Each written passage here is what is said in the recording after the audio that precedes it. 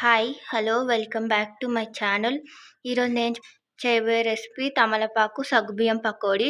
దానికి కావాల్సిన ఇంగ్రీడియంట్స్ చెప్తాను. 1 కప్ శనగపిండి, 2 స్పూన్స్ బియ్యం పిండి, 1 ఫుల్ కప్ తమలపాకు, ఆనియన్, 1 కప్ సగ్గుబియ్యం. దీని ప్రాసెస్ చెప్తాను. ఒక బౌల్లో శనగపిండి బియ్యం పిండి వేసుకోవాలి. ఇప్పుడు అందులో నానబెట్టిన సగ్గుబియ్యం వేసుకోవాలి. ఇప్పుడు ఇందులో తమలపాకు ఉల్లిపాయ ముక్కలు వేసుకోవాలి. ఇప్పుడు టేస్ట్కి సరిపడినంత కారం పొడి వేసుకోవాలి. అండ్ ఇప్పుడు ఇందులో టేస్ట్కి సరిపడినంత సాల్ట్, జీలకర్ర, పసుపు వేసుకోవాలి. ఇప్పుడు ఇందులో అల్లం వెల్లుల్లి పేస్ట్ వేసుకోవాలి. ఇందులో ఇప్పుడు కొంచెం ధనియాల పొడి వేసుకోవాలి. ఇది పకోడీ బ్యాటర్ తడుపుకున్నట్టు గట్టిగా తడుపుకోవాలి.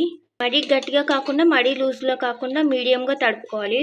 పకోడీకి ఎలా చేసుకుంటామో అలా చేసుకోవాలి. ఇలా ప్రిపేర్ చేసుకోవాలి. ఆయిల్ హీట్ చేసుకోవాలి. ఆయిల్ హీట్ అయ్యాక ఇవి చిన్న చిన్న పకోడీలాగా వేసుకోవాలి. ఇలా పకోడీలాగా వేసుకోవాలి.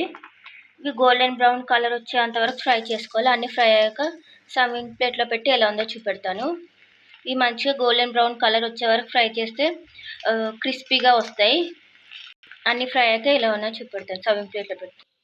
వేడి వేడి తమలపాకు సగ్గుబియ్యం పకోడీ రెడీ. ఎప్పుడు తినే మిర్చి బజ్జీ, ఆనియన్ బజ్జీ కన్నా ఒకసారి ఇలా ట్రై చేయండి. టేస్ట్ చాలా బాగుంటుంది. మీకు కనుక ఈ వీడియో నచ్చినట్లయితే please like, share and subscribe to my channel.